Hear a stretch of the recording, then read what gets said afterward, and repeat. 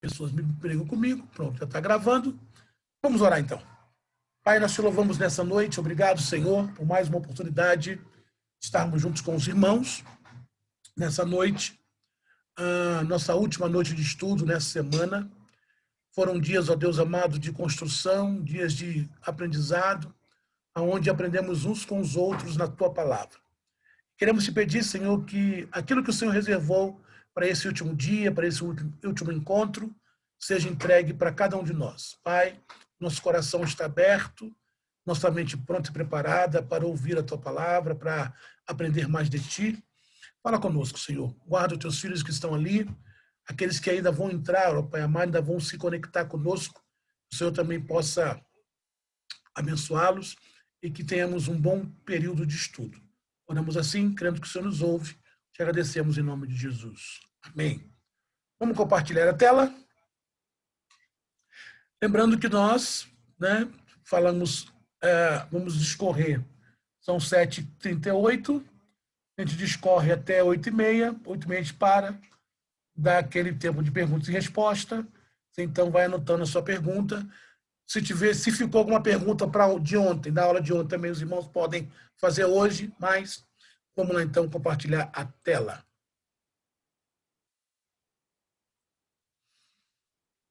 Vamos compartilhar a tela aqui.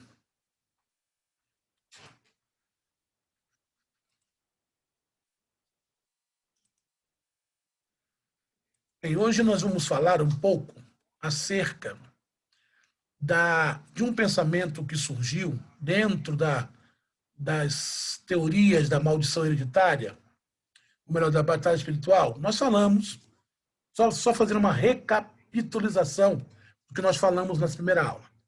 Nós falamos que o tema batalha espiritual, embora bíblico, nós vimos ao longo dessa semana, desses 3 dias, que o tema batalha espiritual é bíblico, né? Nós estamos fazendo uma análise bíblica acerca do tema, mas nós falamos que esse tema ele se popularizou no Brasil a partir da década de 60, com a chegada das igrejas neopentecostais no Brasil.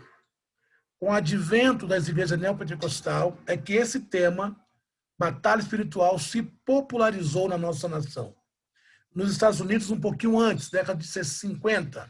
No Brasil, década de 60, com a chegada da primeira denominação neopentecostal que temos notícia no Brasil, a Igreja de Nova Vida. Então, a Igreja de Nova Vida, ela é tida como a mãe do movimento neopentecostal no Brasil, porque da Igreja de Nova Vida saíram as maiores igrejas neopentecostais que nós temos no Brasil, que é a Igreja Universal do Reino de Deus, do bispo Edir Macedo, a Igreja Internacional da Graça, do missionário R.R. Soares, e a Igreja Cristo Vive, do apóstolo Miguel Ângelo.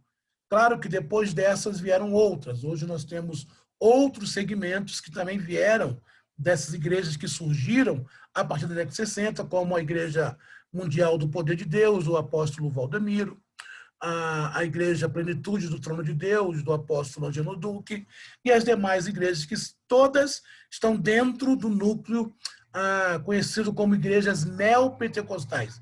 Por que neopentecostal? Ou seja, um novo pentecostalismo. Quando nós pegamos a história do movimento pentecostal no Brasil, nós o dividimos em 3 ondas. A primeira onda, que é o pentecostalismo clássico, onde surgem 3 igrejas: a Igreja Congregação Cristã no Brasil, a Assembleia de Deus, e a Igreja Brasil para Cristo. Depois nós temos uma segunda onda, onde surge a Igreja do Evangelho Quadrangular, onde vai surgir a Igreja Deus e Amor, a Igreja Casa da Bênção. Aí você tem uma terceira onda, que é o movimento neopentecostal, que são essas igrejas que nós falamos.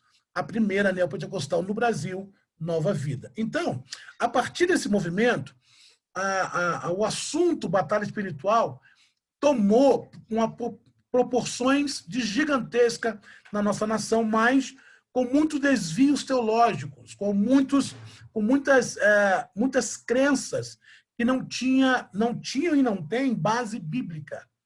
E uma dessas crenças, nós abordamos na aula de ontem, que foi a questão do crente ficar possesso. E o movimento neopentecostal, dentro da batalha espiritual, eles afirmavam que um cristão poderia sim ficar possesso.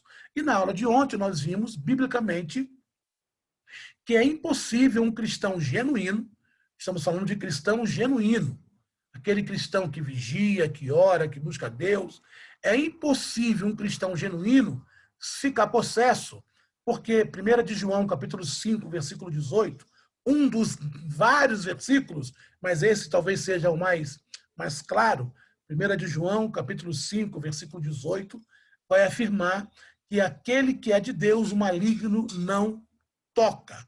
Então, esse versículo é bem claro para afirmarmos que um cristão genuíno não pode ficar possesso. Mas essa ideia de um crente possesso é um dos mitos ou um dos desvios teológico que a batalha espiritual afirmada pelo movimento neopentecostal cria. Outro que nós vimos também na aula passada,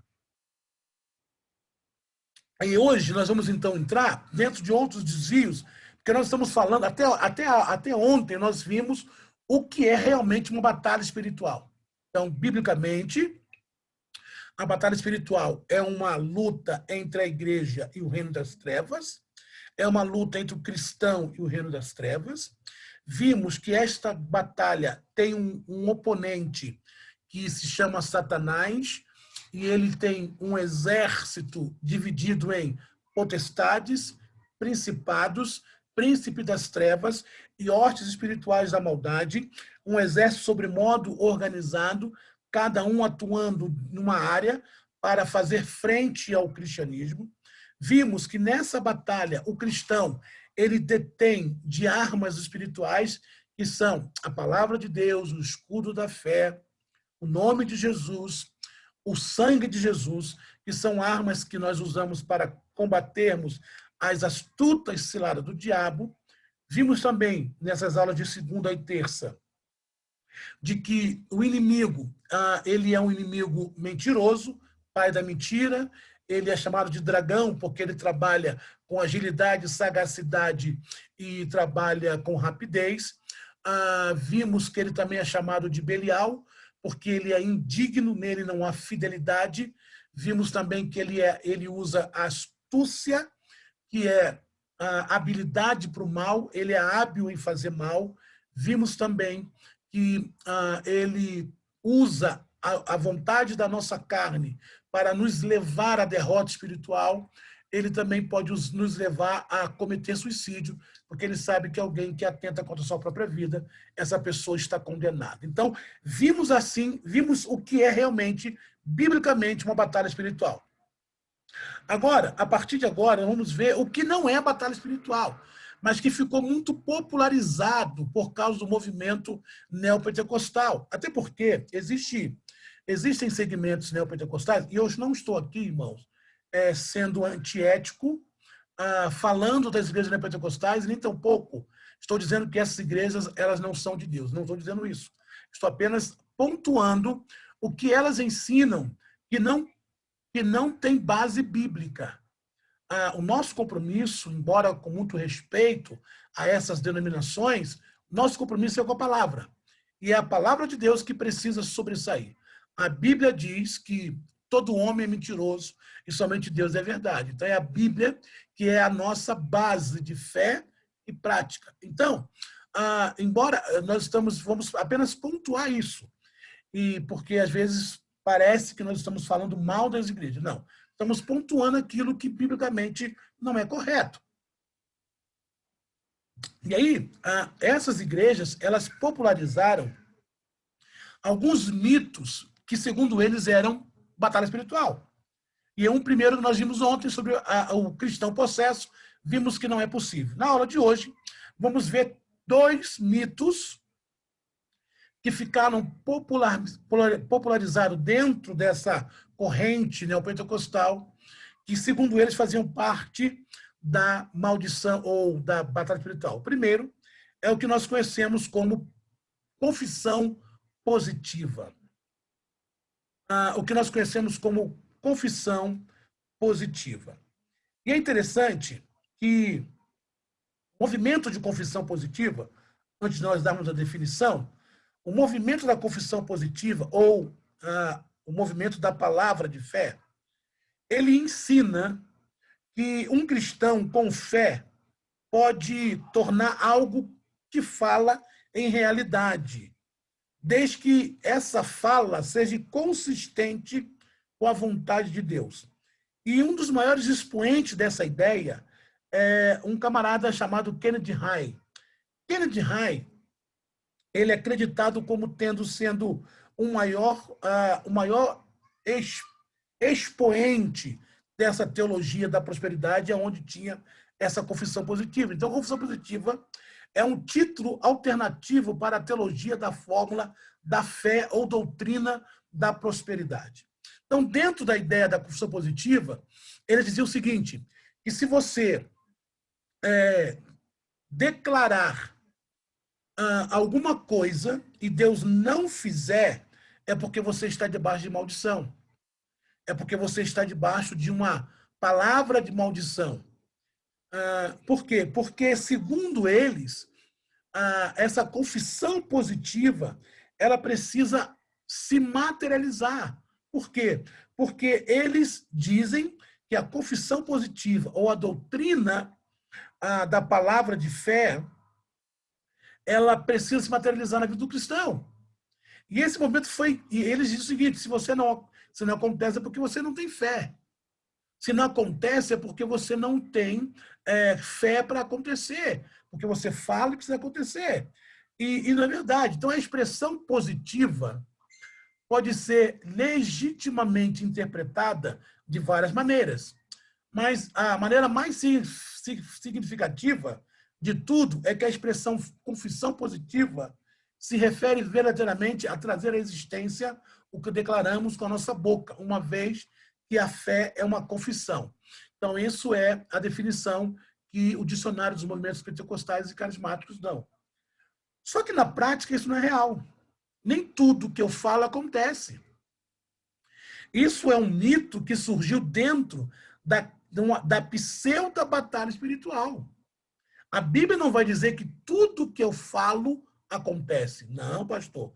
Mas lá em Mateus, abra aí Mateus, vou pegar minha Bíblia aqui. Vou ler aqui no aplicativo, que é mais rápido.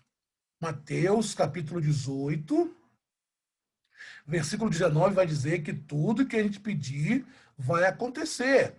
É um dos textos que eles usam. Mateus, capítulo 18, verso de número 19. Mateus 18, 19. Contudo, com toda certeza vos asseguro que tudo que ligares na terra terá sido ligado no céu, e tudo que desligares na terra terá sido desligado no céu. Então, o movimento de confissão positiva que nasceu dentro do movimento de batalha espiritual, que veio oriundo da igreja neopentecostal, eles pegam Mateus 18, 19, 19, 18, 18, 19, e afirma que tudo que eu exteriorizar precisa acontecer. Só que a Bíblia não vai dizer isso. A Bíblia não vai dizer isso. A Bíblia vai dizer que a vontade de Deus, se aquilo que eu estou falando é da vontade de Deus, se aquilo que eu estou pedindo é prioridade de Deus na minha vida, aí sim acontece. E o que eles diziam? Se não acontecer, é porque você está numa batalha. Se não acontecer, é porque você tem maldição. Se não acontecer, é porque você não tem fé. Então, perceba o tão letal essa é uma heresia dessa. O tanto de problemas que uma heresia dessa pode acontecer, pode surgir. Por quê? Porque isso leva ao entendimento de que todas as minhas vontades serão realizadas. Não é o que o texto diz. Não é o que o texto fala. A Bíblia diz que A Bíblia conta a história daquele leproso que chegou diante de Jesus, e aquele leproso, ele fala assim, Senhor, eu sei que se o Senhor quiser, o Senhor pode me tornar limpo. Por quê? Porque tudo passa pela vontade de Deus. Então, o mito de uma confissão positiva, que, segundo alguns movimentos neopentecostais, fazem parte da batalha espiritual, não tem base bíblica. E aí, a confissão positiva ensina o seguinte, se alguma pessoa tem problemas com alcoolismo, com pornografia, com depressão, adultério, ou com nervosismo, ou há muito caso de divórcio na família, se a pessoa tem algum tipo de enfermidade, como diabetes, câncer e outros males, é porque essa pessoa, algum antepassado dessa pessoa, viveu aquela situação ou praticou aquele pecado e, por isso, transmitiu tal pecado ou maldição a um descendente. Então, a confissão positiva, ela vai ensinar que existe uma tal de maldição hereditária. Então, se eu tenho problemas de alcoolismo na minha família, se há um caso de pornografia inveterado, de depressão, de adultério, de nervosismo, de divórcio, de qualquer tipo de doença, de diabetes, câncer, outros males, é porque algum antepassado meu viveu aquela situação ou praticou aquele pecado, e por isso eu estou debaixo de maldição, e por isso preciso fazer confissão positiva. Só, querido, se você abrir a sua Bíblia em Lamentações, abra aí.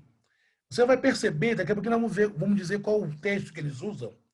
Lamentações, capítulo 3. Abra a sua Bíblia. Lamentações, capítulo 3, verso 39. Lamentações, capítulo 3, verso... Olha o que a Bíblia diz.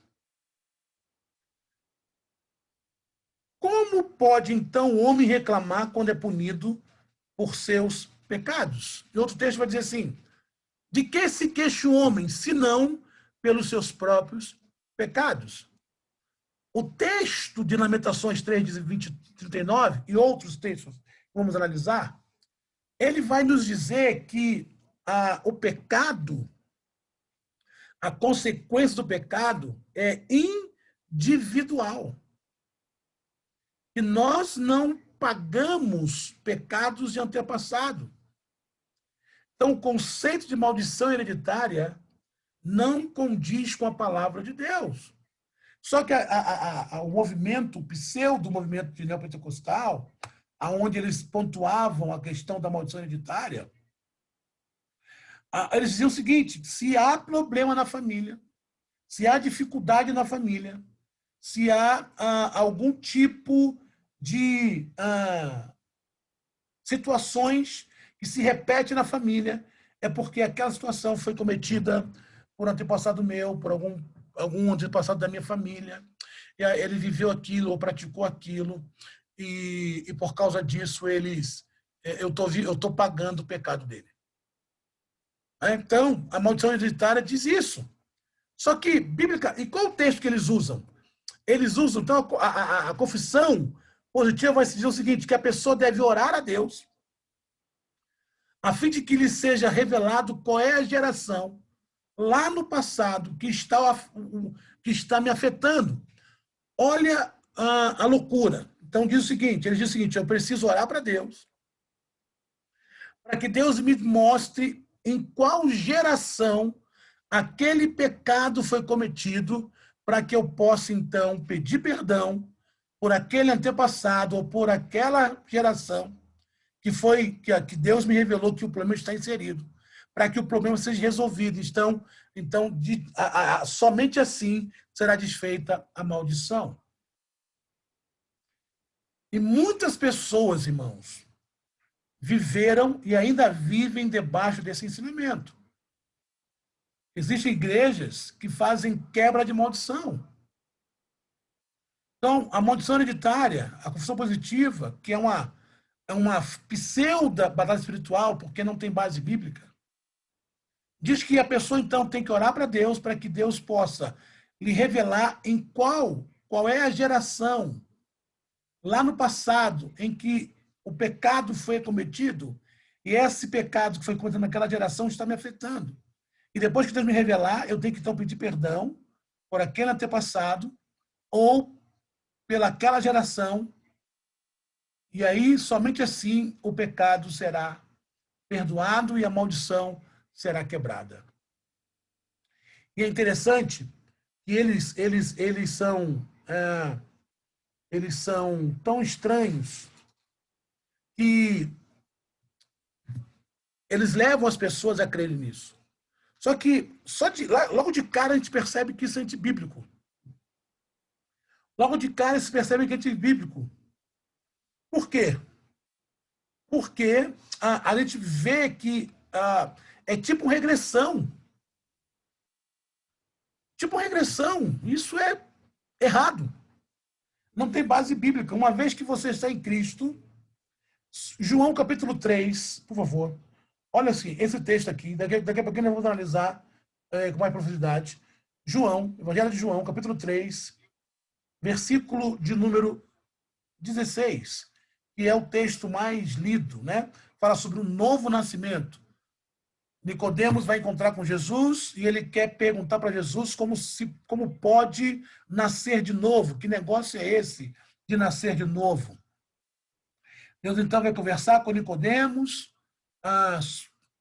a questão do nascer da água e do Espírito, vai falar com Nicodemos que não é preciso voltar por ventre da mãe e nascer, assim como não é preciso ir lá atrás e pedir perdão. Por quê? Porque aquele que está em Cristo nova criatura é. E aí, o versículo 16, que é o versículo mais lindo, né? E Deus amou o mundo de tal maneira que deu seu Filho unigênito para todo aquele que nele crê não pereça, mas tenha a vida eterna. Então, esse texto diz que Deus nos amou e ele concedeu o seu Filho Jesus para que todo aquele que nele crê, entenda crer aí como fidelidade, como aceitação, não venha perecer. Não venha perecer, não venha sofrer problemas. E aí, qual o versículo que eles usam? Vamos lá. Êxodo, esse é o versículo que eles usam, é um dos versículos que os defensores da maldição hereditária usam para dizer que existe maldição. Vamos lá. Êxodo, um texto lá do Decálogo. Êxodo, capítulo de número 20, verso de número 5. Êxodo, capítulo 20, verso 5. Não te prostrarás diante desses deuses e não os servirás, porquanto eu, o Senhor teu Deus, sou um Deus ciumento que puno a iniquidade dos pais sobre os filhos até a terceira e quarta geração dos que me odeiam. Aí, então, você fala assim, tá vendo? Olha aí, Deus é um Deus ciumento, zeloso, e eles dizem, então, que esse texto está dizendo que Deus, ele pune a iniquidade dos pais sobre os filhos. Então, a pergunta que se que não quer calar, esse Êxodo, capítulo 20, versículo 5, ensina a maldição hereditária? Não me responda. Não. Êxodo, capítulo 5, versículo 20, não ensina a maldição hereditária. Irmãos, abra sua Bíblia aí, por favor. 2 de Coríntios, segunda epístola do apóstolo Paulo aos Coríntios. Segunda epístola do apóstolo Paulo aos Coríntios. Olha o que diz o texto. Segunda epístola de Paulo aos Coríntios.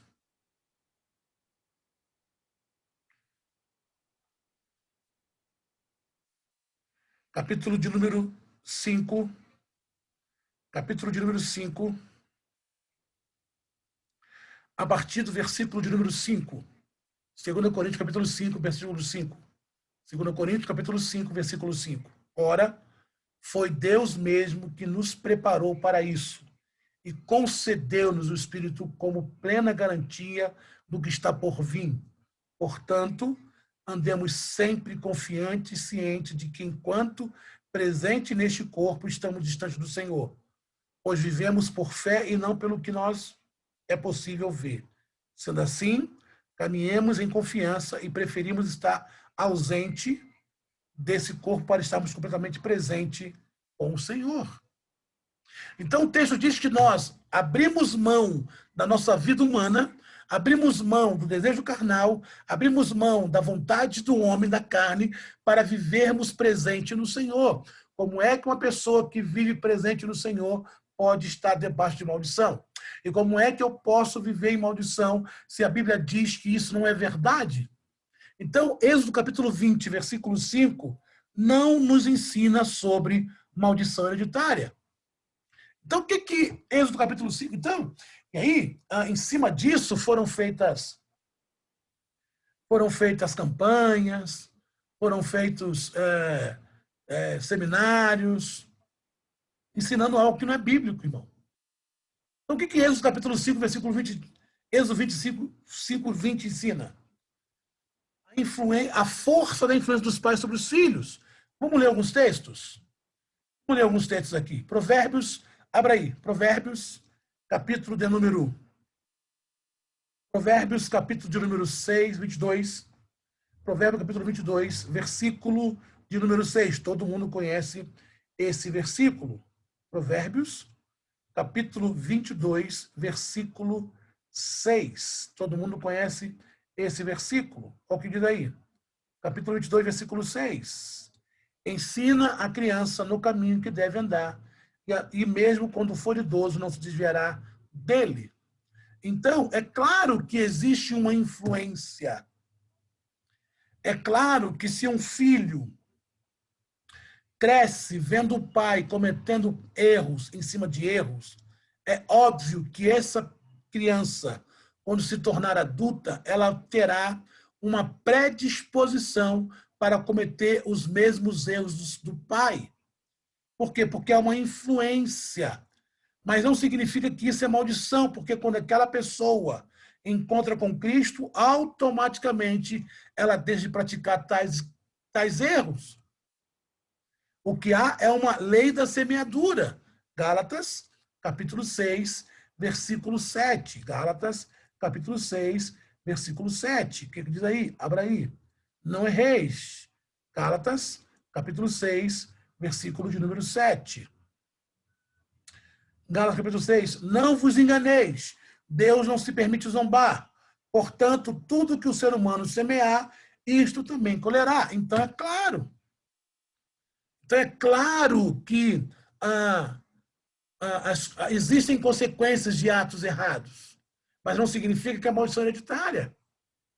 É claro que todo pecado será punido, todo pecado será trazido a juízo, mas não significa que eu tenho, mas os meus, os que eu cometo, não os que meus pais cometeram. Então, isso é uma falácia. Não há ensinamento, não existe base bíblica. Não existe base bíblica. Por quê? Porque todo que está em Cristo é nova criatura. Todo mundo que está em Cristo é nova criatura. É o que diz a palavra do Senhor. É nova criatura. Todo que está em Cristo é nova criatura. Abra aí, por favor. 1 Coríntios.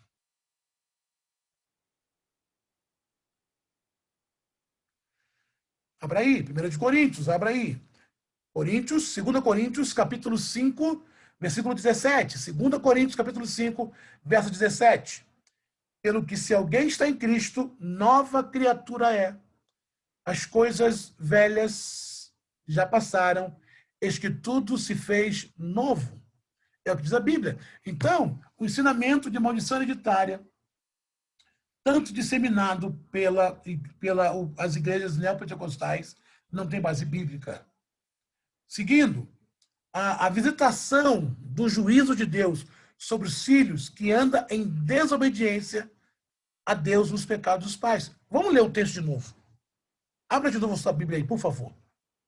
Olha o que diz o texto. E aí, a resposta desse texto está no versículo seguinte. Abra sua Bíblia aí, por favor.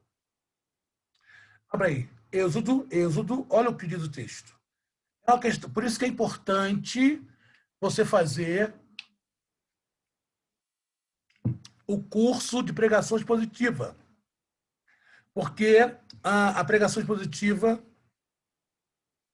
ela não nos permite cometer tais apelos, atropelos. Olha o que diz o texto. Abra de novo aí. Olha o que diz o texto. O texto é autoexplicativo. Êxodo, capítulo 20, versículo 5.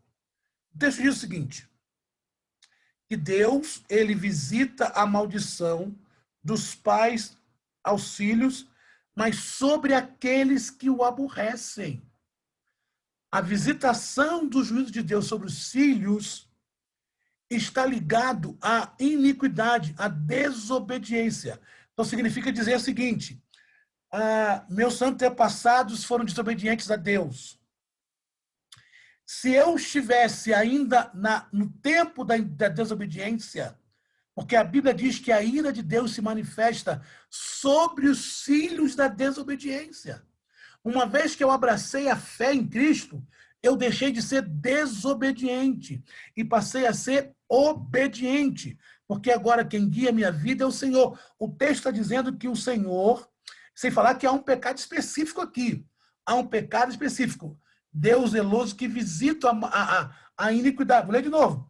Não te prostrarás diante de Deus e não se verás, porquanto eu, o Senhor teu Deus, sou um Deus ciumento ou zeloso, que puno a iniquidade dos pais sobre os filhos até a terceira e quarta geração dos que me odeiam.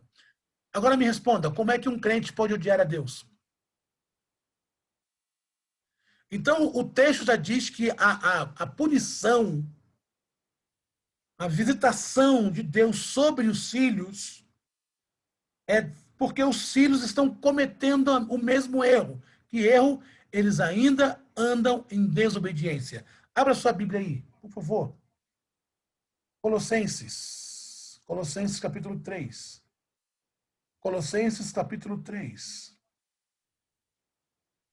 Colossenses capítulo 3. O versículo vai dizer, a partir do versículo 1, portanto, visto que foste ressuscitados com Cristo, buscai o conhecimento do alto, onde Cristo está assentado à direita de Deus. Pensai nos objetivos do alto e não nas coisas terrenas, pois morrestes e a vossa vida está escondida com Cristo em Deus. Então, o texto fala sobre aqueles que se converteram. Continua. Quando Cristo, que a vossa vida for manifestado, também vos manifestareis com ele em glória. Uma recompensa para aqueles que morreram para Cristo, morreram para o mundo e viveram para Cristo. A recompensa é que quando Cristo se manifestar, então nós nos manifestaremos. Sendo assim, fazei morrer tudo que pertence à natureza terrena. Aí Paulo vai dizer imoralidade, a impureza, a paixão, as vontades má, a ganância, a idolatria. Aí, olha o versículo 6. É por causa dessas práticas malignas que vem a ira de Deus sobre os que vivem na desobediência. Então, Deus, ele só visita a maldade, ele só pune os filhos se os filhos estiverem cometendo os mesmos pecados dos pais, se os filhos ainda estiverem debaixo da desobediência. O texto de Colossenses é claro. Ele vem dizendo, você morreu com Cristo, já viveu com Cristo, já está com Cristo. Então você deixou de praticar a natureza, a imoralidade sexual, a impureza, a paixão e tal, porque essas coisas, é por causa dessas coisas que a ira de Deus se manifesta. Uma vez que você se despiu dela, então Deus não vai te visitar mais com maldição. Perceba como é claro? Perceba como é claro? E o texto está dizendo lá, agora vamos voltar para Êxodo, capítulo 20, daqui a pouco. Vai anotando aí as suas dúvidas. Vamos voltar lá para Êxodo, capítulo 20. Então já ficou claro. A maldição, ela só perpetua sobre os filhos se os filhos continuarem andando nos mesmos caminhos dos pais, ou seja, na desobediência. Então isso aponta para mim que quem está na desobediência é aquele que não nasceu de novo.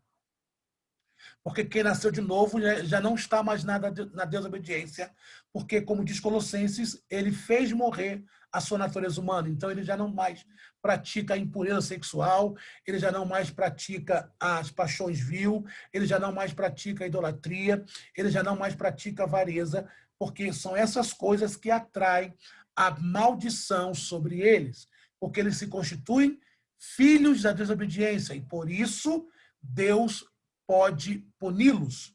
Uma vez que eu estou em Cristo e busco Cristo, essas coisas não podem estar em mim, e não estando em mim, logo eu estou salvo da maldição. Volte lá então para Êxodo, por favor. Nós estamos analisando a crença da maldição hereditária. Estamos analisando a crença à luz da Bíblia, e pela Bíblia é impossível alguém que está em Cristo hoje, que não vive mais debaixo da desobediência, pagar por alguma coisa que foi feita no passado. Volte para Êxodo, capítulo 20, versículo de número 6. Se no versículo 5 ele visita a maldição dos pais nos filhos, daqueles que lhe aborrecem, olha o que diz o versículo 6. Mas que também ajo com amor até a 1000ª geração para aqueles que me amam e guardam os meus mandamentos. Olha que coisa linda, irmãos. Por isso que é importante você conhecer o texto, e por isso, mais uma vez, eu te recomendo o curso de pregação expositiva. Olha que interessante. Se a maldição vai até a 3ª e 4ª geração dos que odeiam a Deus, dos que aborrecem a Deus, dos que ainda estão debaixo da desobediência, ou seja, não se converteram, por isso são merecedores da ira de Deus, até a 3ª e 4ª geração, ao passo daqueles que estão debaixo do amor, daqueles que amam a Deus, daqueles que guardam o seu mandamento, logo os que se converteram, o amor vai até a 1000ª geração. Ou seja, aonde abundou o pecado, superabundou a graça. A dor, a cura é maior do que a doença. Olha que coisa linda. Então, é só analisar o texto de forma expositiva, de forma calma, entender as nuances do texto. Ah, pastor, existe maldição hereditária? Sim, existe. Existe sim. Para quem? Para aqueles que ainda vivem debaixo da desobediência. Para aqueles que ainda vivem praticando as práticas de Colossenses capítulo 3, versículo 6, a imoralidade sexual, a impureza, a lascívia, a idolatria. Para esses existem sim, porque eles são desobedientes e por isso vai ser manifestado neles a ira de Deus. Agora, pastor, e para aqueles que nasceram de novo? Para aqueles que foram lavados e remidos no sangue de Jesus? Para aqueles que vivem uma nova vida em Cristo? Para eles? Não, para eles não. Porque o texto vai dizer aqui em Êxodo capítulo 20, versículo de número 6, que o amor de Deus vai até a 1000ª geração para aqueles que amam e guardam os seus mandamentos.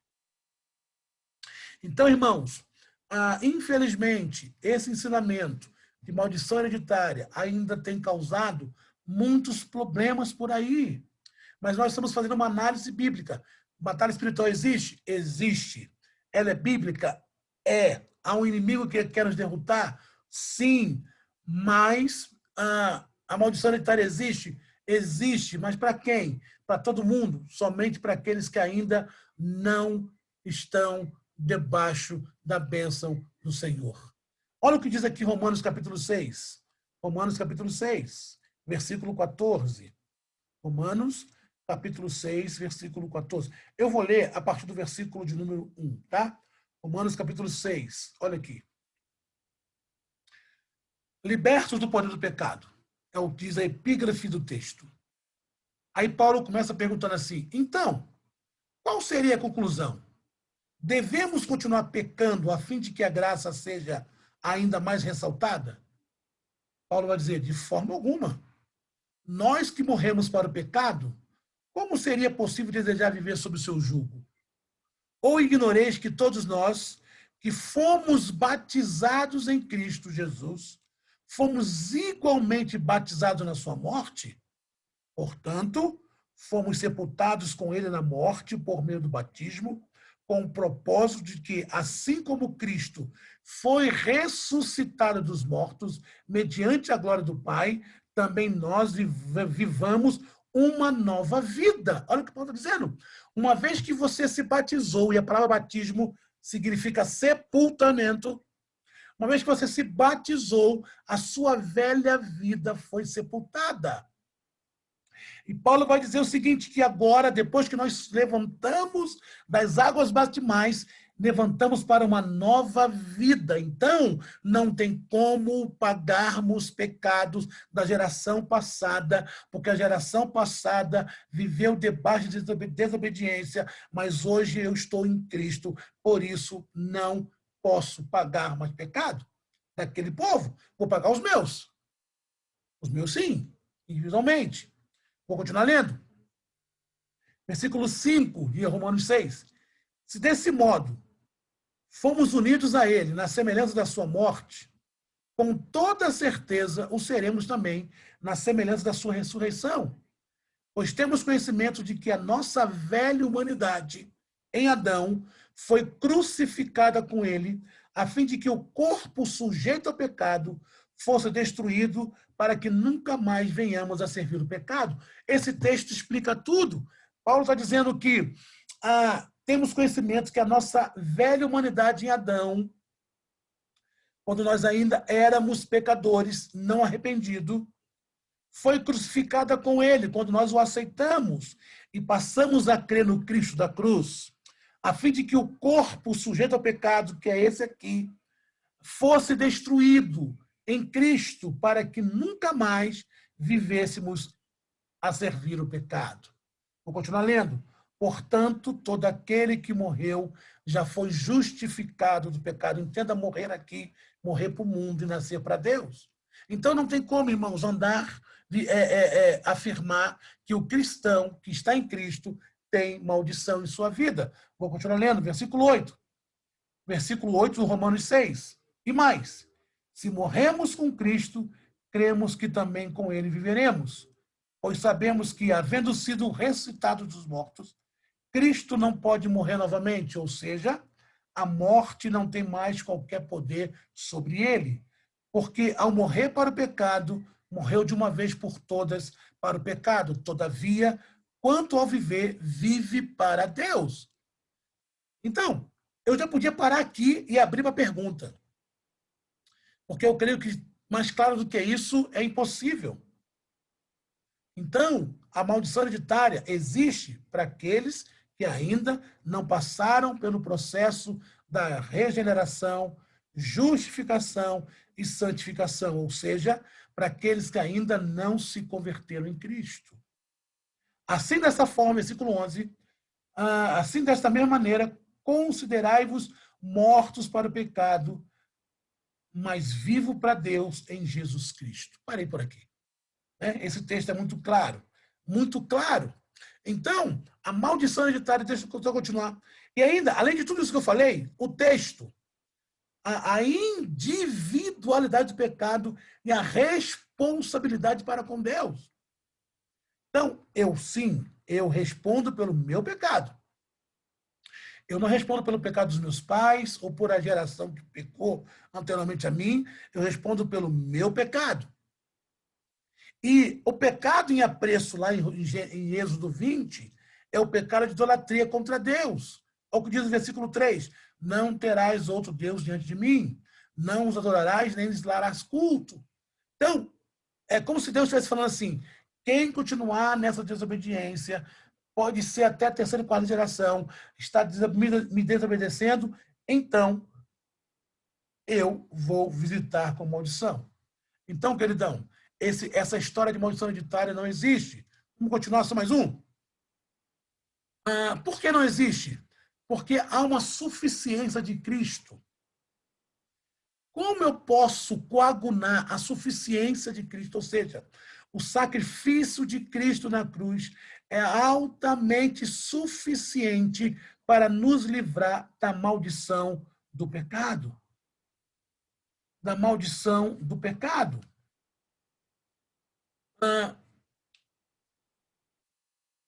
Não há concordância. É impossível andar junto, olharmos para Cristo, o seu sacrifício na cruz, e tentar coadunar isso com a maldição hereditária. Impossível. Por quê? Porque Cristo nos salvou, irmãos. Então eu quero afirmar A mais B. Cristo nos salvou. E a salvação é uma salvação sem prestação. Palavra grega, pantelis, ou seja, somos totalmente salvos em Cristo. Hebreus, abra aí, por favor. Já vou abrir para perguntas e respostas. Hebreus capítulo 7, versículo 25. Hebreus, capítulo 7, versículo 25. Está vendo como é importante conhecer a Bíblia? Está vendo como é importante você conhecer o texto e examiná-lo de forma clara? Hebreus, capítulo 7, versículo 25.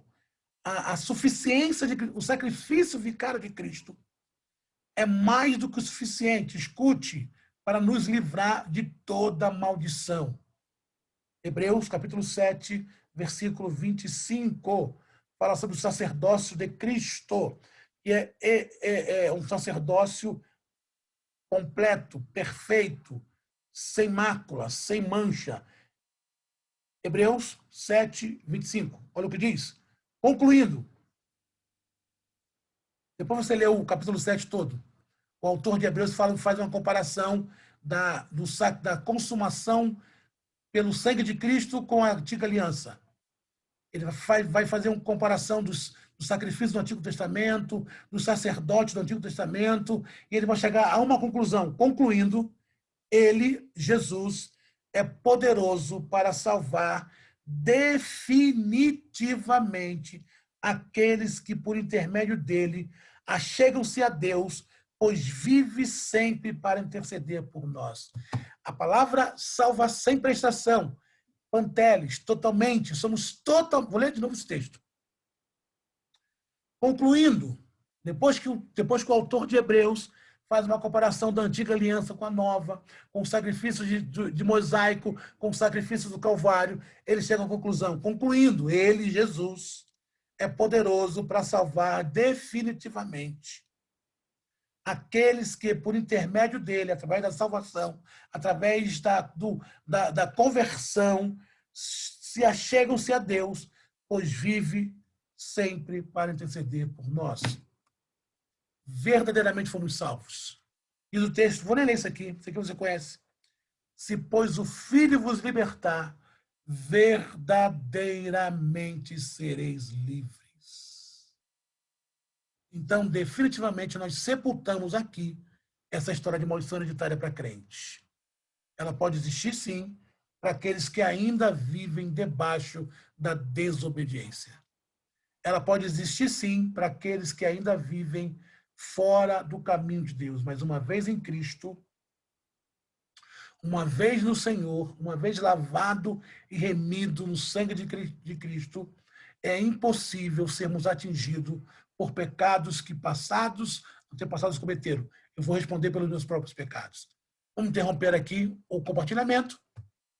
Vamos abrir para perguntas e respostas. Deixa eu ver se há alguma pergunta aqui no chat. Ver se há alguma pergunta aqui no chat. Eu creio que ele está falando do Kenneth High, um péssimo autor. Muitos cristãos gostam dele. Neste caso, o cristão fica submisso à vontade do demoniado. Quando este quer ficar nele, ora, se está dominando. Verdade. Verdade, pastor Marcelo. Verdade. Kenneth High é terrível. É terrível. Pastor, isso parece imperitismo, né? Parece. Vamos lá. Alguma pergunta? Se tem alguma pergunta sobre tudo isso que eu falei, esse é o momento. Esse é o momento. Se você tem alguma pergunta, alguma indagação, o momento é esse, é o momento de você abrir o seu coração. Fale agora ou cale-se para sempre. Alguém tem alguma pergunta? Alguma pergunta? Todos estão calados? Quietos? Será? É aquela história. Ou foi muito claro, todo mundo entendeu, ou foi muito obscuro e ninguém entendeu nada. Pastor, Fala, meu é, querido. Fala, meu querido. essa questão aí de maldição hereditária, e eu pude entender o seguinte, é como a gente, muitas das vezes, acaba, a gente que tem filho, muitas das vezes a gente fala, né, para os filhos, olha, você estuda, às vezes quando a gente não tem estudo, né? Eu já vi meu pai falar isso, já vi minha avó falar isso. Você estuda para que um dia você venha ser alguém na vida, não faça como eu, que não estudei. Então, por exemplo, é um exemplo que a gente vem pegando desde pequeno. E muitas das vezes isso vai cauterizando a nossa mente. E quando nós crescemos, nós começamos a praticar a mesma coisa que os nossos pais fizeram no passado, não é isso? Então, assim, eu entendi que o exemplo que muitas das vezes os nossos pais deixaram para nós, né, nos seus pecados ou naquilo que foi cometido, né? Não só os pais, mas às vezes, né, tio, avó, tal, que acaba a gente vai, né, percebendo, né? Muitas das vezes a gente está na roda onde o pai, né, tá bebendo, onde, né, tá tendo jogatina, onde tá tendo muitas das vezes prostituição, e a gente é pequenininho, a gente está ali naquele meio e muitas das vezes fala, não, tá novinho ainda, aquele negócio todo, mas acaba que aquilo, né, criança não esquece essas coisas. A criança absorve uma coisa muito rápido, né? E acaba que isso vai ficando como exemplo. E aí, quando a criança vai crescendo, vai desenvolvendo, vai chegando na sua adolescência, vem as lembranças, meu pai era assim, papai fazia isso. Então, acaba que a gente cometemos o mesmo ato pelo exemplo que foi deixado no passado. Então, assim, foi bem explicado e hoje, agora eu estou vendo que verdadeiramente não existe maldição hereditária. Existe o exemplo que foi deixado, né, no passado daquilo que foi feito e aí a gente viu, observou e trouxe na memória e muitas vezes nós fazemos aquilo que foi feito. É por isso que vem e por isso que vem essas indagações e por isso que vem essas falácias, né? Não, é maldição hereditária, né? E acaba que a gente acha que mas depois de um estudo desse, depois de uma explicação dessa, não tem como você falar que é maldição hereditária. É isso que eu queria trazer para nós. E uma vez que você comete os mesmos pecados que os pais cometeram, obviamente você vai colher as mesmas consequências, porque todo pecado gera uma consequência. Uma vez que você converte a Cristo e para de praticar tais pecados, então essas consequências são deixadas de lado. Então, o problema é que quando se falava de maldição hereditária, dizia que algumas consequências que aconteceram na minha vida era por causa de passado, pecado do passado. E não. E às vezes eram práticas que estavam sendo repetidas que, exemplo, a pessoa ganha 2.000 por mês e gasta 10.000. Ah, o devorador entrou lá em casa. Realmente, o devorador mora lá. É você que é o devorador. Você é o devorador. Você está vivendo além, você colocando o braço, a mão, onde o braço não vai. Mas por quê? Porque vem de um contexto de gastar, de consumismo, e acaba entrando naquilo. Aí quando você entende que você precisa se amoldar à sua realidade, então você começa a cortar essas coisas. Então, o texto que nós lemos, os textos que nós lemos, ele fala que sim, que enquanto o homem viver na desobediência, ele vai colher fruto da desobediência. Então, enquanto o homem viver desobedecendo Deus, ele vai colher fruto disso. Uma vez que ele se despe disso, uma vez que ele larga isso, uma vez que ele se converte, e ele começa a praticar frutos de obediência, ele vai viver debaixo da obediência de Deus. Aí eu vou responder por aquilo que eu faço de errado. Eu vou responder por aquilo que eu cometo de errado. Mas não pagar pecado do meu pai, da minha avó, do meu bisavô, isso eu não preciso. Eu não preciso. Agora, o que acontece, igual o Hector pontuou, é que às vezes condutas são repetidas. conduzam, ainda mais hoje, irmão, ainda mais hoje no mundo polarizado, secularizado que nós vivemos, aonde as pessoas, onde vivemos nós vivemos um período aonde a fluidez é muito rápida. Hoje é muito mais fácil eu abrir mão de um casamento do que lutar por ele. Hoje é muito mais fácil eu abrir mão de uma igreja do que lutar por ela. É maldição. Não, são atitudes. Agora, uma vez que eu converto a Cristo e largo e deixo de praticar essas coisas, não tem como Deus me punir. O texto que nós lemos, os textos que nós lemos e o texto em seguida a Êxodo 20, versículo 5, que é o versículo 6, Deus é claro.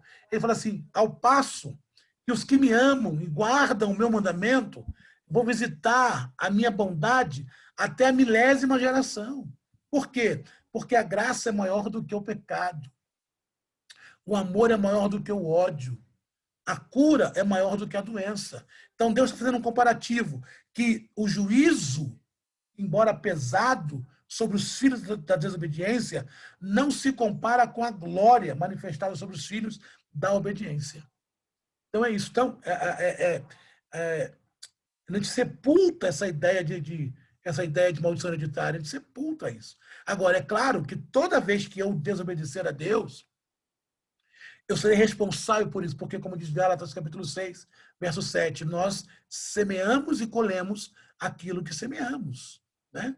Há uma frase que eu acho muito bonita, ela é dura, mas é bonita, que semear é opcional, mas colher é obrigatório. Então, há uma individualidade. O pecado, assim como a salvação é individual, irmãos. Eu acho interessante isso. Seria muito injusto da parte de Deus, seria muito injusto da parte de Deus, e Deus não é injusto, Deus é um ser mais justo que existe na Terra. Seria muito injusto o castigo ser coletivo e a salvação ser individual. Porque assim como a salvação é individual, pai não salva filho, filho não salva pai, assim é o pecado é individual. Eu estou responsável pelos pecados que eu cometo. Por isso que Paulo vai dizer em Colossenses, faça morrer a sua natureza humana. Por isso que Paulo vai dizer lá em Coríntios, 1 Coríntios capítulo 11, na ocasião da Santa Ceia, examine-se, pois, o homem a si mesmo. Não é olhar para a vida do outro, é para olhar para a minha vida. É olhar para os meus defeitos, olhar para os meus pecados, pedir perdão para a minha iniquidade, porque eu vou comparecer diante de Deus para prestar conta daquilo que eu fiz, e não daquilo que fizeram por mim. Certo? Mais alguma pergunta? Mais alguma indagação? Mais alguma colocação? Estamos abertos aí, pode falar, pode perguntar, porque estamos aqui para conversar, nós aprendemos uns com os outros, né? É de suma importância isso. Isso é bom, a gente aprender um para o outro. Então, o texto lá é claro. Sim. O que eu vou assim perguntar, não sei se está enquadrado na questão da maldição hereditária, eu creio que não. Eu creio que vai estar enquadrado na questão, vamos dizer assim, de algo que eu sempre escutei, né? Por exemplo, eu queria que você me explicasse se isso é verdadeiro. Por exemplo, quando vou dar o meu exemplo aqui que vai ficar mais fácil do senhor entender. Eu saí do ministério onde eu estava, certo? Saí do ministério onde eu estava. E aí foi me falado que tinha que tomar cuidado para não sair do lugar da bênção, né? Porque senão a maldição poderia vir logo em seguida, né? E eu queria entender se verdadeiramente isso procede, porque, por exemplo, eu saí do ministério, mas não saí da presença de Deus.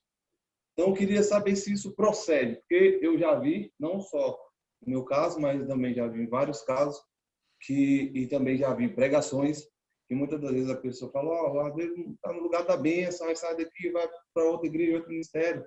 Pode demorar 30 anos, mas uma hora a maldição chega. Aí eu estou vivendo 30 anos na benção. Aí eu chego ali sem querer, querendo, quebro o braço. Aí o irmão fala, não falei? Tá, eu saio do lugar da benção, chegou a maldição, o castigo, ou seja lá o que for. Então, eu gostaria de saber uma resposta nisso que eu acabei de colocar para o senhor. Essa é mais uma invenção do movimento neopentecostal. O movimento neopentecostal também ele trouxe a ideia de que a chamada unção incontestável, né? Onde os apóstolos, os bispos, eles tinham uma unção incontestável e você não podia sair dali, porque se você saísse dali, você estava saindo debaixo de maldição. É claro que isso não é verdade. É óbvio que isso é verdade. Porque se fosse assim, nós teríamos que nascer e morrer numa igreja. Seria bom acontecer isso? Seria. Seria muito bom. Você ficar numa igreja a vida inteira e morrer nela, ou ir para o céu nela.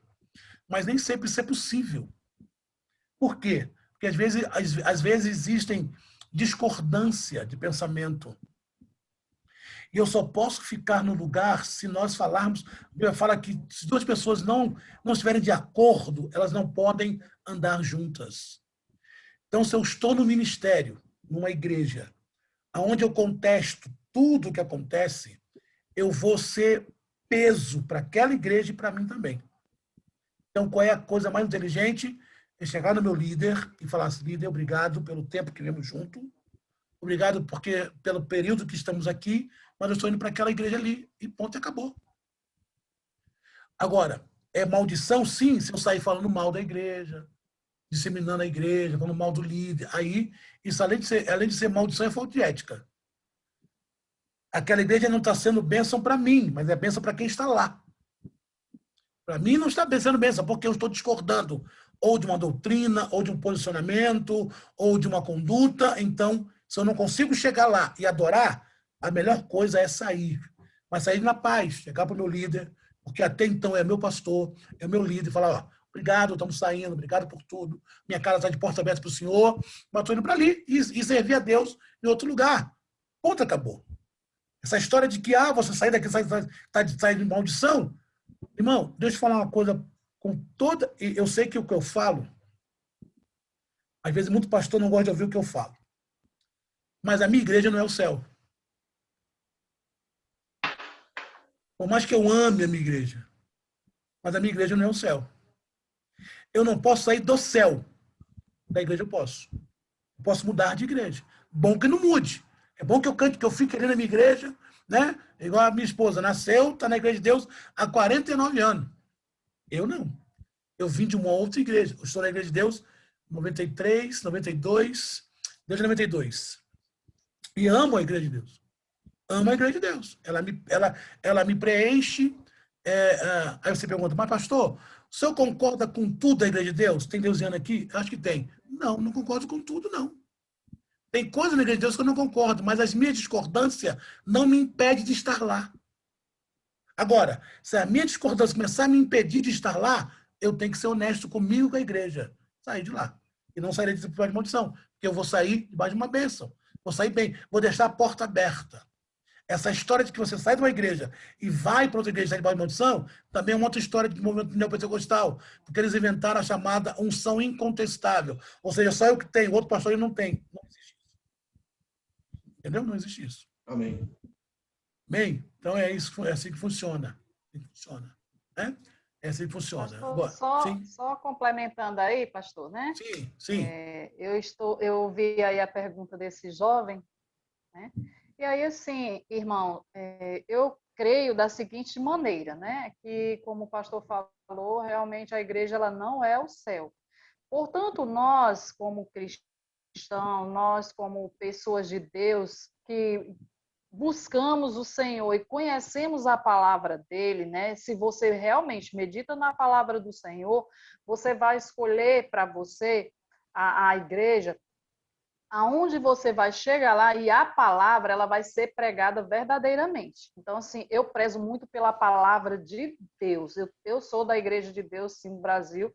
Faço aí igual o pastor, né? Pode ser que tenha algumas coisas que eu talvez não concorde em algumas, né, situações, mas pelo menos na minha igreja, né, é pregado a palavra de Deus. Não fugimos, não se foge de jeito nenhum da palavra de Deus. Então, assim, tudo é dentro realmente da palavra de Deus. Então, assim, amado, se a gente sai de uma determinada igreja, é porque provavelmente lá você viu algo que, infelizmente, não ia de encontro com aquilo que você tem conhecimento da palavra de Deus. Eu já tive em outras igrejas, né?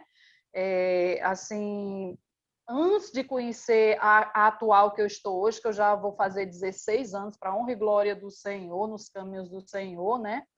E aí, assim, claro que existe, né, diferença entre elas, né? E aí existe sim aquela questão também de alguns pastores, alguns líderes de dentro da igreja de achar que você tem que pertencer 24 horas ali à igreja, né? Eles querem lhe dominar de uma forma que tudo para eles ou você é de Deus ou você é do diabo. Eu já passei por uma igreja assim, saí de lá, por quê?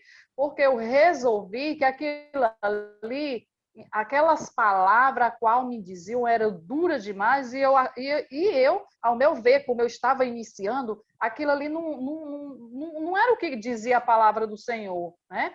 Então, saí, fui para outra igreja, estou já há 16 anos hoje, na qual eu me sinto super bem na minha igreja, muito feliz com o meu pastor, com todos os meus irmãos, né?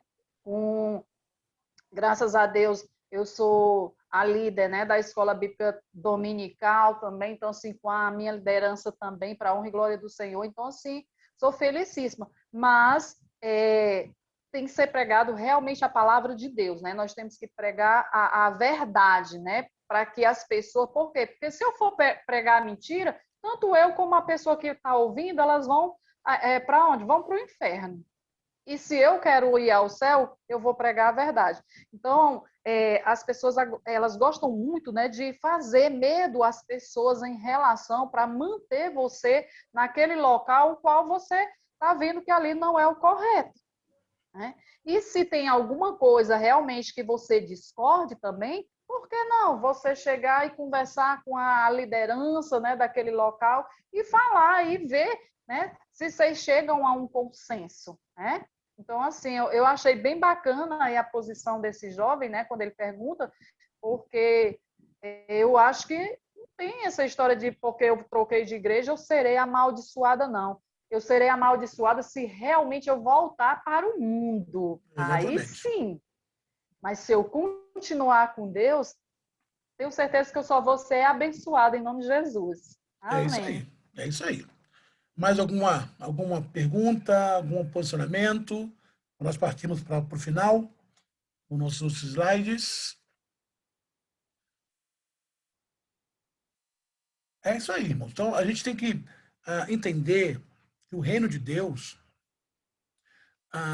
ele é maior do que a denominação, ele é maior do que a igreja.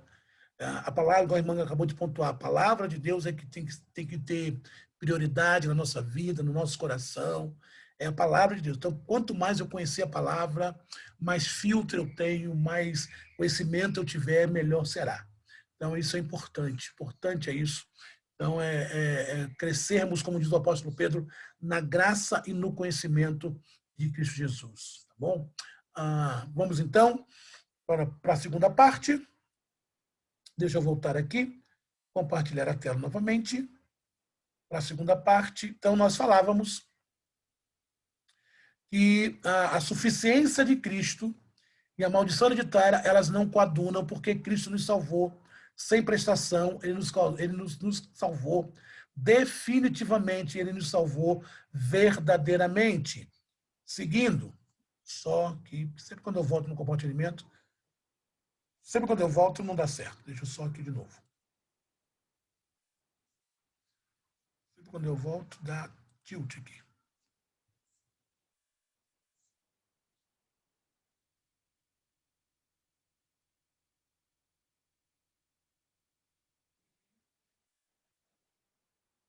Não está aqui, eu estou na benção aqui, irmão. Deixa eu ver aqui de novo. Agora. Aí, eu estou sem meu. Eu estou sem o meu assessor para assuntos aleatórios, que é o Eufrásio. Mas eu vou. Agora vai dar conta. Vai conseguir, você vai conseguir em nome de Jesus. O senhor está certo, é só usar o cursor para você passar para cima e para baixo. Está certinho. Não, é porque dá uma travada aqui, ó. Pronto, agora vai. Pronto. Internet, é igual eu pilotar avião. Não sei nada. Vamos lá. Então, Cristo nos salvou sem prestação, ele nos salvou totalmente, verdadeiramente, como diz o autor de Hebreus e o apóstolo João. Ainda dentro dessa questão, ele nos salvou para uma vida de santificação. Eu ando em santificação, Hebreus capítulo 12, versículo 14, segui a paz com todos e a santificação, sem a qual ninguém verá o Senhor, é o que diz o texto. Vamos só para a gente conferir, Hebreus 12, 14, ele vai dizer o seguinte, segui, esforçai-vos para viver em paz com todas as pessoas e em santificação, porque sem a qual ninguém verá o Senhor. Então, Cristo nos salvou de forma total, de forma plena, verdadeiramente. Ele nos chamou para uma vida de santificação, porque quando eu estou assim, não tem espaço para maldição hereditária. Ele diz que nós temos que andar de acordo com o prêmio da soberania, da soberana vocação. Filipenses capítulo 3, versículo 13 e 14. Então, são textos fortes que mostram para mim e para você que a vida em Cristo, claro, eu estou dizendo de um cristão genuíno, daquele que não vive na prática do pecado. É claro, irmãos, que nós somos pecadores, é claro que iremos errar, a vida cristã ela não é isenta de erros, nós iremos errar, mas nós não somos pecadores inveterados e praticantes. Então, a vida cristã, estou falando desse cristão que vive uma vida de santificação, que tenta viver uma vida de acordo com a vontade de Deus, esses tais não podem sofrer maldição hereditária. Não podem. Filipenses capítulo 3, versículo 13 e 14. Irmãos, não penso eu mesmo já tenha conquistado, mas tomo a seguinte atitude, esquecendo-me das coisas que para trás ficam e avançando para as que estão adiante de mim, apresso-me em direção ao alvo, a fim de ganhar o prêmio da vocação celestial de Deus em Cristo Jesus. Então, Paulo vai dizer isso, que nós deixamos as coisas para trás, largamos as coisas de trás, deixamos a vida pecaminosa, estamos agora caminhando para frente, em busca de uma salvação total, plena, quando chegarmos no céu. Cristo, ele é suficiente, Cristo nos basta. Um dos nomes pelo qual Deus é conhecido é El Shaddai, no hebraico. A palavra El Shaddai, ela significa Deus mais do que suficiente. El Shaddai, Deus, a palavra El, terminação El, é um nome de Deus. Todo nome que termina em El, no hebraico, Emanuel, Deus conosco, Rafael, Deus que cura, né? Emanuel, Deus conosco, El é uma terminação para Deus. E Shaddai, suficiente, mais do que suficiente. Então, é o Shaddai, mais do que o suficiente. Cristo nos basta. Cristo nos basta. Então, definitivamente, irmãos, esqueça essa história de maldição hereditária. Definitivamente, se está acontecendo alguma coisa na tua vida, como nós falamos ontem, pode ser corriqueiro, pode ser uma atitude que eu provoquei, pode ser algo corriqueiro que faz parte da vida, pode ser uma opressão, o inimigo pode estar usando uma situação, como nós falamos ontem, para nos fazer cair, mas tudo isso não faz parte da maldição hereditária, porque nós já vencemos em Cristo. O que é bênção e o que é maldição? O que é bênção e o que é maldição? Vamos lá. Vamos tentar entender o que é bênção e o que é maldição. O que é bênção? Bem, bênção é obedecer a Deus. Bênção é obedecer a Deus. E quem obedece a Deus está prometido o céu. Abra aí, Deuteronômio, capítulo de número 11, versículo 27. Deuteronômio, capítulo 11, versículo 27. Deuteronômio, capítulo 11, versículo 27. Vamos ler? A bênção, se obedecerdes ao mandamento de Deus, do Senhor vosso Deus, que hoje vos ordeno. Então, bênção é, toda vez que eu obedeço a Deus, eu estou debaixo de bênção. Toda vez que eu obedeço a Deus, estou debaixo de bênção. Então, se eu estou debaixo de bênção, logo eu não estou debaixo de maldição. Se eu estou debaixo da obediência, logo eu não estou debaixo de maldição. Então, a palavra bênção, olha que interessante, a palavra bênção significa o que é bênção segundo a Bíblia, né? No hebraico, a palavra bênção, parahá, né? No hebraico, vem de uma raiz barash, que significa ajoelhar, abençoar, exaltar, agradecer, felicitar, saudar. Tanto no hebraico quanto no grego, a palavra apresenta um sentido de concessão de alguma coisa material. Todavia, a forma grega acrescenta outros bens espirituais. Então, bênção, ela tem duas conotações. Ela tem conotação de ser algo material, né? Mas também ela tem a conotação de algo espiritual. Isso é bênção. Então, nós fomos abençoados com toda a sorte de bênção. Abra aí, Efésios, capítulo 2. Efésios, capítulo 2. Olha o que diz o texto. Efésios, capítulo 2. Olha o que diz o texto. Efésios, capítulo 2. Então, estamos falando sobre maldição. Estamos afirmando que, biblicamente, é impossível vivermos debaixo da maldição, uma vez que nós estamos longe da desobediência. Estamos andando em obediência. Olha o que diz o texto, Efésios, capítulo 2, versículo de número 1. Ele vos concedeu a vida, estando vós mortos nas vossas transgressões e pecados, nos quais andastes no passado.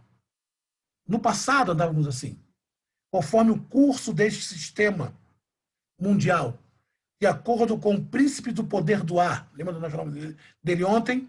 O espírito que agora está atuando nas coisas que vivem na desobediência. Nós não mais vivemos mais. Anteriormente, todos nós também caminhávamos entre eles, aonde? Na desobediência, buscando satisfazer as vontades da carne, seguindo os seus desejos e pensamentos. E éramos, por natureza, destinados à ira. Efésios, Paulo vai dizer que se nós estivéssemos ali, estávamos destinados para a ira. Mas, versículo 4, no entanto, Deus, que é rico em misericórdia, por meio do grande amor com que nos amou, deu-nos vida com Cristo, estando nós ainda mortos em nossos pecados, portanto, pela graça sois salvos. E para terminar o texto, Deus nos ressuscitou com Cristo e com ele nos entronizou nos lugares celestiais em Cristo Jesus. Então, bênção é isso. Bênção é estar em Cristo e já viver no céu espiritualmente. Como é que alguém que está vivendo no céu já espiritualmente, porque o texto diz que ele já nos entronizou através de Jesus, porque Cristo morreu para que nós tivéssemos vida. Como pode alguém viver assim, que vive assim, estar debaixo de maldição? Impossível, irmão. Impossível. Ao passo que maldição é desobedecer a Deus. Inferno. Então, quem anda na bênção é porque obedece a Deus e como prêmio vai para o céu.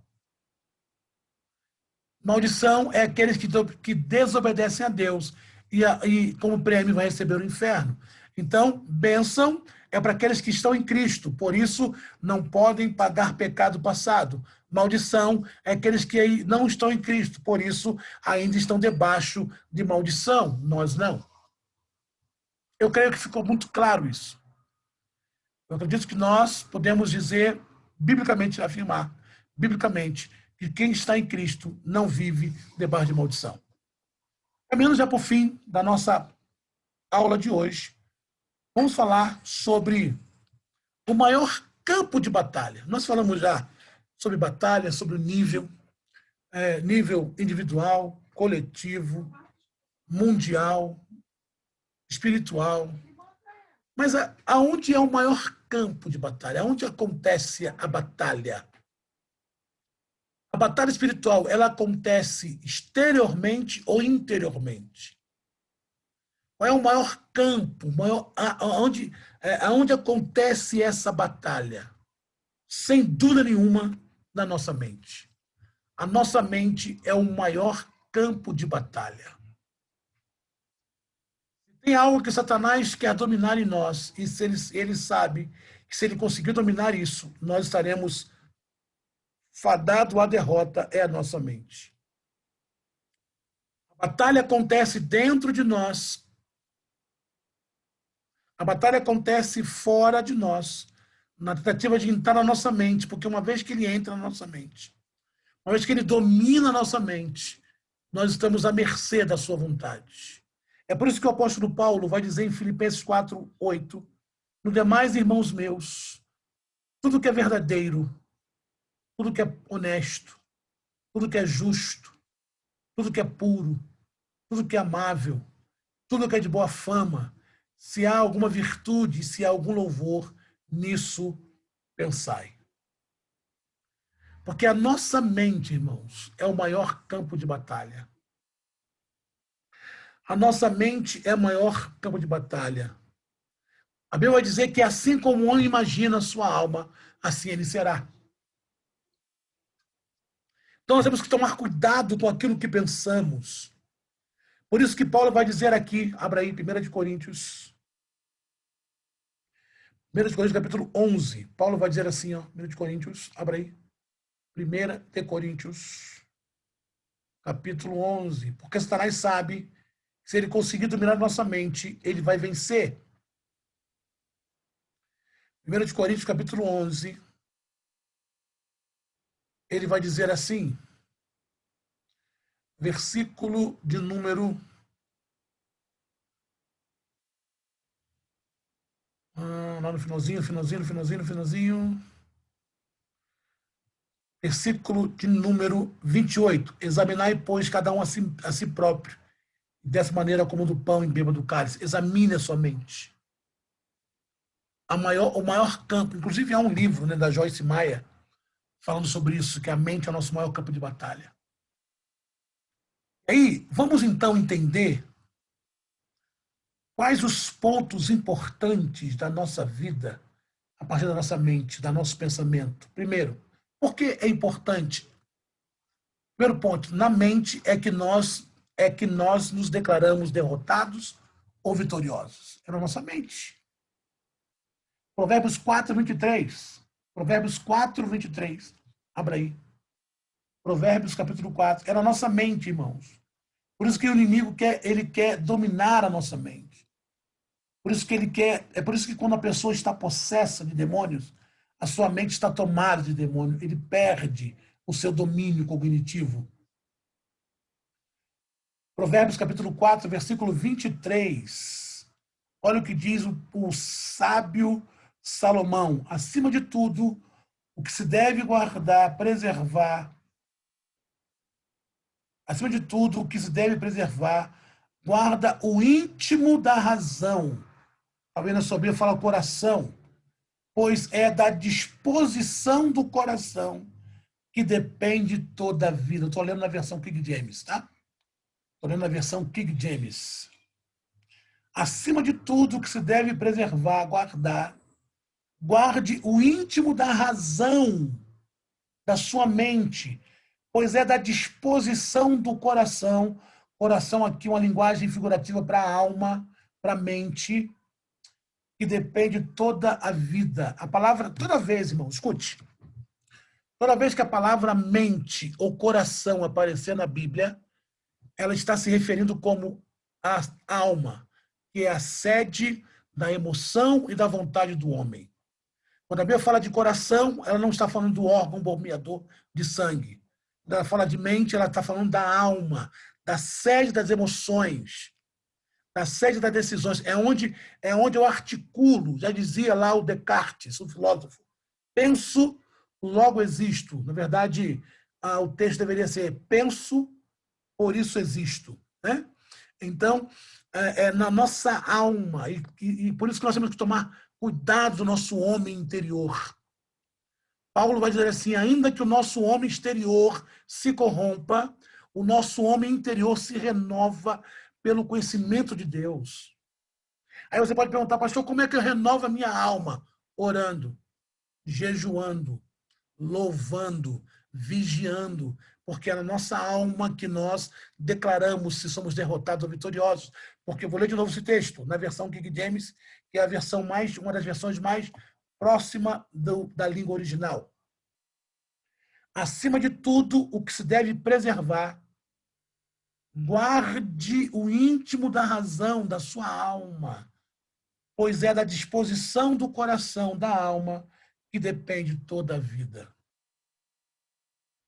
Então, Satanás ele quer atingir a nossa alma, a nossa vontade, porque o pecado vem pela vontade. Abra aí, Tiago, capítulo 1. O pecado ele vem pela vontade, pelo desejo. Por isso que a mente é o maior campo de batalha. O pecado vem pelo desejo, pela vontade. Tiago, capítulo 1, versículo de número 10. Tiago, capítulo 1, versículo 10. Não, vamos ler o 10, não. Vamos ler Tiago, capítulo 1, a partir do versículo 13. Entretanto, ninguém, ao ser tentado, deverá dizer, estou sendo tentado por Deus. Ora, Deus não pode ser tentado pelo mal, que a nenhuma pessoa tenta. Cada um, porém, é tentado pelo próprio mal, pelo mau desejo, sendo por esse iludido e arrastado. Em seguida, esse desejo, essa vontade, tendo concebido, faz nascer o pecado, e o pecado, após ter sido consumado, gera morte. Então, perceba, é na nossa mente que está a maior batalha, porque é através do nosso desejo, da nossa vontade, que Satanás tenta nos destruir na batalha espiritual. Lembra de Eva? O que fez Eva comer do fruto de desobedecer a Deus? Sua vontade. Lembra de Sansão? O que fez Sansão perder o Espírito Santo? Abra lá, irmão. Abra lá, Juízes. Juízes. Juízes. Abra Juízes. Sua vontade. Juízes. Juízes. Juízes, capítulo de número 16. Juízes 16. Juízes 16. Não vou ler todo o texto. Eu vou ler a partir do versículo 3. Não, vou ler mais para frente, porque o texto é grande. A partir do versículo 6. E Dalila indagou a Sansão. Conta-me, pois eu te rogo, de onde vem a tua maravilhosa força? E somente de que maneira poderei ser vencido e amarrado? Sansão explicou-lhe, se me amarrares com 7 tiras de couro novas, ainda úmidas, ficaria tão vulnerável quanto qualquer outro homem. Olha Sansão brincando com a sua vontade, brincando com o seu desejo, brincando com sua mente. Ele sabia que não era isso que dava a ele força. Não era 7 tiras de couro novas ainda úmidas. Ele está brincando com a sua vontade. Então, os líderes dos filisteus trouxeram a Dalila 7 cordas de arco frescas, que não tinham ainda sido secadas, e ela usou para amarrá-lo. Ela havia escondido alguns homens no seu quarto, então gritou, os filisteus vêm sobre ti, Sansão.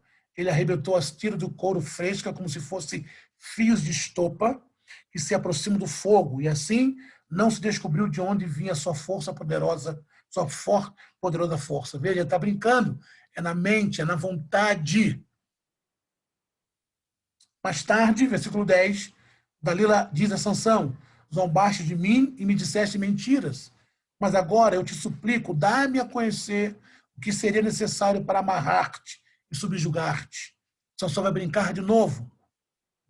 Ora, se me amarrasse firmemente com cordas novas que nunca tivessem sido usadas, eu perderia a minha força extraordinária e seria tão fraco como qualquer homem. Ele está brincando com a vontade. Por isso que a nossa mente tem que ser guardada, irmãos. Por isso que Paulo vai dizer tudo que é bom, tudo que é puro, tudo que é mal, pense, guarde isso, vigie. Ela vai pegar cordas novas, vai amarrar, tal, até que chega no versículo de número. Ele vai brincar, até que ele vai realmente falar o desejo do seu coração. Versículo 17. E abriu todo o coração, revelando a ela o seu segredo. Jamais se passou navalha sobre a minha cabeça, disse ele, porquanto sou nazireu, consagrado desde o ventre da minha mãe. Por isso, se fosse rapado todo o cabelo da minha cabeça, a minha força extraordinária se afastaria de mim. E, de fato, eu ficaria tão vulnerável quanto qualquer outro homem. Dalila vai cortar o cabelo, vai chamar os homens, vai cortar o cabelo. Olha que versículo triste. Versículo de número 20. Então Dalila chamou Sansão, vê, os filisteus estão voltando. Acordando de sono, ele disse, sairei e me livrarei deles como das outras vezes. Entretanto, ele não tinha notado que o Senhor já se havia retirado dele. Então, a nossa mente, cuidado com a sua vontade. Segundo ponto, na mente é que se formam os altos conceitos, bons ou ruins. Na mente, Provérbios, capítulo 20, versículo 5. Provérbios, capítulo 5, versículo 20. Olha o que diz aqui o texto. Como águas profundas são os propósitos do coração humano. Todavia, quem tem discernimento sobre como fazê-los à tona? Então, é na mente que se formam os altos conceitos, seja eles bons ou ruins. Então, Satanás, ele quer entrar na nossa vontade, articular a nossa vontade, dominar a nossa mente, porque ele sabe que se fizermos isso, estaremos vulneráveis ao pecado, vulneráveis à queda e perderemos sim a batalha espiritual. Terceiro ponto, a nossa mente precisa ser transformada para assumirmos quem somos em Cristo. Texto, rogo-vos, pois, irmãos, pela compaixão de Deus, que apresenteis os vossos corpos como sacrifício vivo e agradável a Deus, que é o vosso culto racional. E não vos conformeis com este mundo, com este século, mas transformável pela renovação da vossa mente, para que experimenteis a boa, perfeita e agradável vontade de Deus. Vou ler aqui na versão King James, essa versão. Portanto, caros irmãos, rogo-vos pelas misericórdias de Deus, que apresenteis o vosso corpo como sacrifício vivo, santo e agradável a Deus, que é o vosso culto lógico. E não vos amoldeis ao sistema deste mundo, mas sede transformados. Quem é transformado? Você. Pela renovação das vossas mentes, para que experimenteis qual seja a boa, agradável e perfeita vontade de Deus. Esse texto aqui, ele dá a conotação que Paulo está falando alto, ele está apelando, ele está desesperadamente apelando para que os crentes lá de Roma não ceda a sua mente e a sua vontade ao inimigo, porque se assim fizerem, vão perder a batalha espiritual. Então, o maior campo de batalha nosso, irmão, é a nossa mente. Seguindo, nossa mente. Partindo para o final, Jesus Cristo é o fim de toda maldição. Depois de salvo, o crente tem que se santificar, não viver quebrando maldição passada, porque nós somos salvos. Somos salvos em Cristo. E para não perdermos a batalha espiritual, temos que cuidar da nossa mente. Povoar a nossa mente com louvores, com adoração, com palavra de Deus, com o estudo da palavra, vigiarmos todo o tempo para que possamos resistir no dia mau, para que possamos viver de forma agradável ao Senhor, para que possamos viver de glória em glória, de vitória em vitória, porque esta é a vontade do Senhor. Terminamos aqui. Deixa eu terminar interromper aqui o compartilhamento e perguntar aos irmãos, já partindo para o final, já são 9h11, se tem alguma palavra, alguma dúvida, alguma colocação para ser feita, porque nós já estamos finalizando esse slide. Eu vou estar passando para os irmãos, tanto esse como o que eu usei ontem em segunda, vou estar passando no grupo, vou colocar no grupo, os irmãos chegam, na mão dos irmãos. O material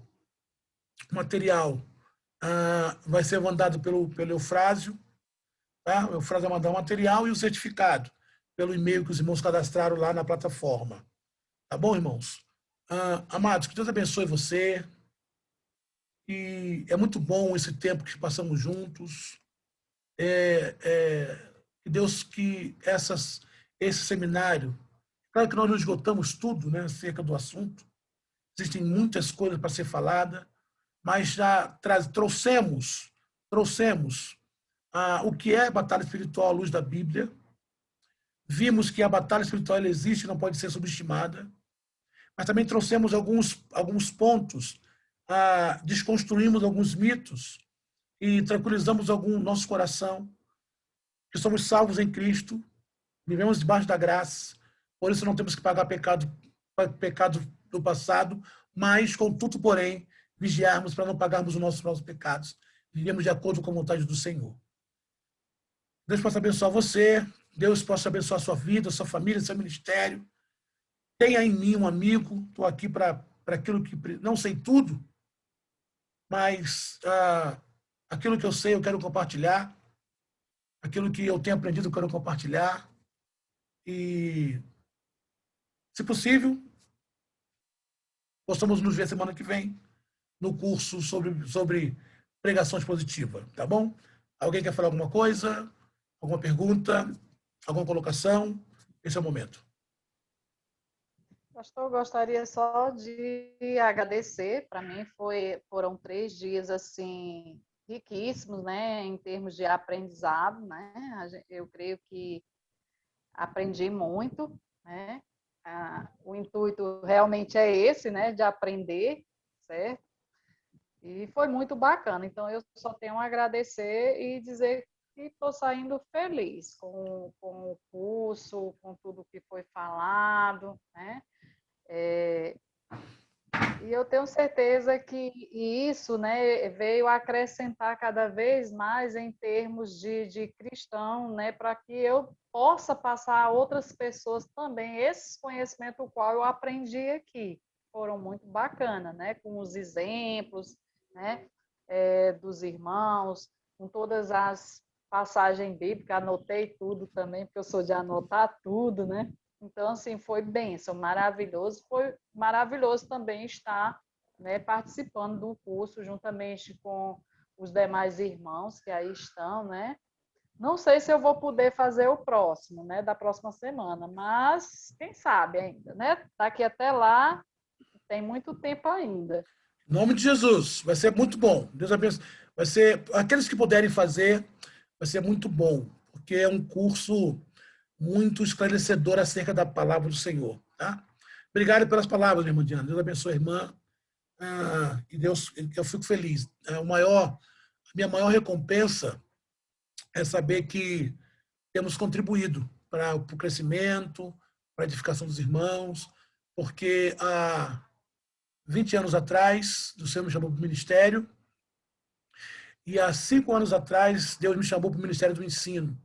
Eu entendi que Deus queria me usar através dessa palavra, ensinando, e é o que eu tenho feito desde 2015. Tenho vivido somente para isso, para ensinar, para aprender, porque é ensinando que se aprende.